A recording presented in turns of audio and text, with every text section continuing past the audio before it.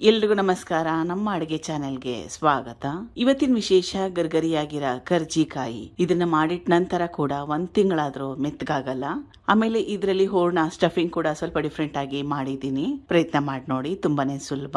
ಮೊದಲನೇ ಸ್ಟೆಪ್ ಅಲ್ಲಿ ಕರ್ಜಿಕಾಯಿಗೋಸ್ಕರ ಹಿಟ್ಟನ್ನ ನಾದ್ಕೋಬೇಕು. 1/4 kg ಅಷ್ಟು ಅಥವಾ 1 ಗ್ಲಾಸ್ ಅಷ್ಟು ಮೈದಾ ಹಿಟ್ಟು, ಅದೇ ಗ್ಲಾಸಲ್ಲಿ ಅರ್ಧ ಗ್ಲಾಸ್ ಅಷ್ಟು ಚಿರೋಟಿ ರವೆ, ಚಿಟಿಕೆಯಷ್ಟು ಉಪ್ಪು. ಸ್ವಲ್ಪ ಉಪ್ಪು ಹಾಕೊಳ್ಳೋದ್ರಿಂದ ಟೇಸ್ಟಿಯಾಗಿ ಬರುತ್ತೆ. ಚೆನ್ನಾಗಿ ಕೈ ಆಡಿಸ್ಕೋಬೇಕು. ಸುಮಾರು 3 ಟೇಬಲ್ ಸ್ಪೂನ್ ಅಷ್ಟು ಬಿಸಿ ಮಾಡಿಟ್ಕೊಂಡಿರೋ ತುಪ್ಪಕ್ಕೆ ಬದಲಾಗಿ ಎಣ್ಣೆನ ಕೂಡ ಉಪಯೋಗ ಮಾಡ್ಬೋದು. ಚೆನ್ನಾಗಿ ಕೈ ಆಡಿಸ್ಕೋಬೇಕು. ತುಂಬಾ ಜಾಸ್ತಿ ಬಿಸಿ ಇರುತ್ತೆ, ಕೈ ಜೋಪಾನ. ಕಲಿಸ್ಕೊಂಡ್ಮೇಲೆ ಈ ರೀತಿ ಉಂಡೆ ಕಟ್ಟೋ ಥರ ಆಗಬೇಕು. 3 ಟೇಬಲ್ ಸ್ಪೂನ್ ಅಷ್ಟು ತುಪ್ಪ ಹಾಕೊಂಡ್ರೆ ಸಾಕಾಗುತ್ತೆ. ಈಗ ಸ್ವಲ್ಪ ನೀರನ್ನ ಹಾಕೊಳ್ತಾ ಹಿಟ್ಟನ್ನ ನಾದ್ಕೋಬೇಕು. ತುಂಬಾನೇ ಜಾಸ್ತಿ ತೆಳುವಾಗೂ ಬೇಡ, ತುಂಬಾನೇ ಜಾಸ್ತಿ ಗಟ್ಟಿಯಾಗೂ ಬೇಡ. ಚಪಾತಿ ಹಿಟ್ಟಿಗಿಂತಲೂ ಸ್ವಲ್ಪ ಗಟ್ಟಿಯಾಗಿ ನಾದ್ಕೊಂಡ್ರೆ ಒಳ್ಳೆಯದು. ಕರ್ಜಿಕಾಯಿ ಕ್ರಿಸ್ಪಿಯಾಗಿ ಗರ್ಗರಿಯಾಗಿ ಬರುತ್ತೆ. ಹಿಟ್ಟನ್ನ ಚೆನ್ನಾಗಿ ನಾದ್ಕೋಬೇಕು. ಹಿಟ್ಟು ನಾದಿದ್ದಾಗಿದೆ. ಇದು ಪರ್ಫೆಕ್ಟ್ ಆಗಿರೋ ಕನ್ಸಿಸ್ಟೆನ್ಸಿ.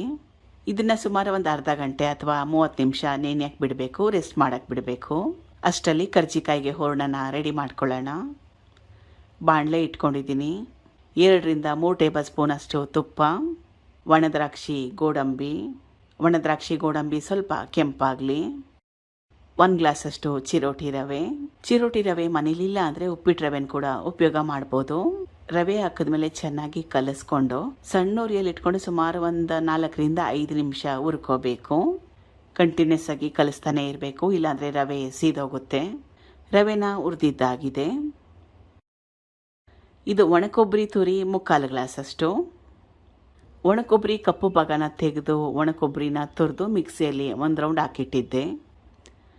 ಸಕ್ಕರೆ 3/4 ಗ್ಲಾಸ್ ಅಷ್ಟು. ಚೆನ್ನಾಗಿ ಕಲಿಸ್ಕೊಂಡು ಮತ್ತೊಮ್ಮೆ ಸುಮಾರು 1-2 ನಿಮಿಷ ಈ ಪದಾರ್ಥಗಳನ್ನ ಹುರಿಬೇಕು. ಸ್ವಲ್ಪ ಹಾಲನ್ನ ಚಿಮ್ಕಿಸ್ಕೊಳ್ತಾ ಇದ್ದೀನಿ, ಸಕ್ಕರೆ ಕರಗಬೇಕಲ್ಲ ಅದಕ್ಕೋಸ್ಕರ. ಸಕ್ಕರೆ ತೇವಾಂಶ ಇದ್ದರೆ ಬೇಗ ಕರಗುತ್ತೆ. ಈಗ ಕರ್ಜಿಕಾಯಿಗೆ ಹೂರಣ ರೆಡಿಯಾಗಿದೆ. ಕೊನೆಯಲ್ಲಿ ಏಲಕ್ಕಿ ಕಾಯಿ. ತುಂಬಾ ಜಾಸ್ತಿ ಬಿಸಿ ಇದೆ. ಹೂರಣ ಬಿಸಿ ಇದ್ದಾಗ ಕರ್ಜಿಕಾಯಿ ಮಾಡಿಕೊಂಡ್ರೆ ಚೆನ್ನಾಗಿರೋದಿಲ್ಲ, ತಣ್ಣಗಾಗಲಿ. ಹಿಟ್ಟು ಕೂಡ ಸುಮಾರು 1 ಅರ್ಧ ಗಂಟೆ ನೆಂದಿದ್ದಾಗಿದೆ. ಮತ್ತೊಮ್ಮೆ ಸುಮಾರು 1-2 ನಿಮಿಷ ಚೆನ್ನಾಗಿ ನಾದ್ಕೋಬೇಕು. ಈಗ ಹೂರಣ ತಣ್ಣಗಾಗಿದೆ. ಈ ರೀತಿಯಾಗಿ ಸ್ವಲ್ಪ ಕೈ ಆಡಿಸಿ ಬಿಡಿ ಬಿಡಿಯಾಗಿ ಮಾಡ್ಕೋಬೇಕು. ಪೂರಿ ಥರ ಲಟ್ಟಿಸ್ಕೋಬೇಕು. ಬಟ್ಲಲ್ಲಿ ಶೇಪ್ ಮಾಡ್ತಾ ಇದ್ದೀನಿ, ಎಲ್ಲ ಕರ್ಜಿಕಾಯಿ ಒಂದೇ ಸೈಜಲ್ಲಿ ಬರಲಿ ಅಂತ. 1 ಟೇಬಲ್ ಸ್ಪೂನ್ ಅಷ್ಟು ಹೂರಣ. 2 ಅಂಚುಗಳನ್ನ ಕರೆಕ್ಟಾಗಿ ಪ್ರೆಸ್ ಮಾಡಬೇಕು. ಈ ರೀತಿಯಾಗಿ ಚೆನ್ನಾಗಿ ಫೋಲ್ಡ್ ಮಾಡಿ ಗಟ್ಟಿಯಾಗಿ ಪ್ರೆಸ್ ಮಾಡಬೇಕು. ಸರಿಯಾಗಿ ಪ್ರೆಸ್ ಮಾಡಲಿಲ್ಲ ಅಂದರೆ ಎಣ್ಣೆಯಲ್ಲಿ ಕರಿಯುವಾಗ ಬಿಟ್ಕೊಂಡ್ಬಿಡುತ್ತೆ. ಎಣ್ಣೆ ಕೂಡ ಹಾಳಾಗೋಗುತ್ತೆ, ಬೇರೆ ಕರ್ಜಿಕಾಯಿನ ಕರಿಯಲಿಕ್ಕೆ ಕಷ್ಟ ಆಗುತ್ತೆ. ಈ ರೀತಿಯಾಗಿ ಡಿಸೈನ್ ಮಾಡ್ಕೋಬೋದು. 2 ಬದಿಗಳನ್ನ ಪ್ರೆಸ್ ಮಾಡಿದ್ಮೇಲೆ ಇಷ್ಟ ಇದ್ದರೆ ಅಥವಾ ನಿಮಗೆ ಬರ್ತಾ ಇದ್ದರೆ ಈ ರೀತಿಯಾಗಿ ಡಿಸೈನ್ ಮಾಡ್ಕೋಬೋದು. ಇಲ್ಲ ಅದೇ ರೀತಿಯಾಗಿ ಕೂಡ ಫ್ರೈ ಮಾಡ್ಬೋದು. ಅಥವಾ ಮನೆಯಲ್ಲಿ ಮೌಲ್ಡ್ ಅಥವಾ ಹಚ್ಚಿದ್ರೆ ಅದನ್ನು ಕೂಡ ಉಪಯೋಗ ಮಾಡ್ಬೋದು. ನಿಮಗೆ ಯಾವ ರೀತಿ ಸುಲಭ ಆ ರೀತಿ ಮಾಡಿ. ಮಿಕ್ಕಿರೋದಕ್ಕೆ ಸೇಮ್ ಪ್ರೊಸೆಸ್ನ ಫಾಲೋ ಮಾಡಿ. ಎಣ್ಣೆನ ಮೊದಲೇ ಕಾಯಕ್ಕೆ ಇಟ್ಕೊಂಡಿದ್ದೆ. ತುಂಬಾ ಐ ಫ್ಲೇಮ್ನಲ್ಲಿ ಇಟ್ಕೊಂಡು ಫ್ರೈ ಮಾಡ್ಕೋಬಾರ್ದು.